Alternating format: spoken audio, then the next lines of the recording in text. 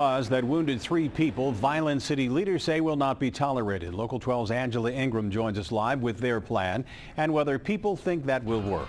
Angela. Well, Rob, there is an increased police presence here at Piatt Park. Take a look behind me. You might be able to see over in the park. You see those white hats. They're all over the place out here. They're in their cruisers, they're on segways, they're walking the beat as well, all throughout the area and speaking with people in the park. So an immediate response is visible. And the chief says it's important that people not only feel safe living in the city, but also coming to the city if they're not from the city.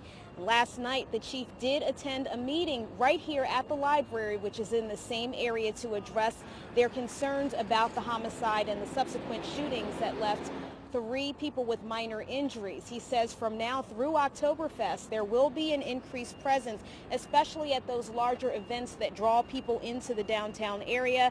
That's including motorcycle cops, citizens on patrol, quality of life officers are being reassigned, and also they will be deploying an undercover unit.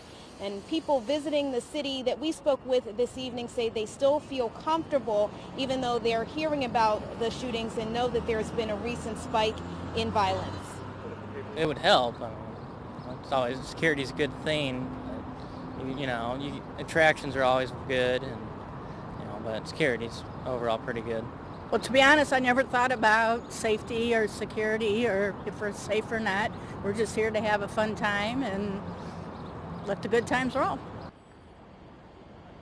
And the chief points to 2 recent events here in the downtown area or the riverfront area as well, where there was a whole lot of activity down here and no violent incidents at all. He said just a couple of weeks ago you had the On the Run tour, the Beyonce Jay-Z concert went through without any problems, as well as Bruno Mars. It drew tens of thousands of people down here. There were no incidents to be spoken of. He says it's also important to point out that overall in the city, violent crime is down 21% and shootings are down more than 20%.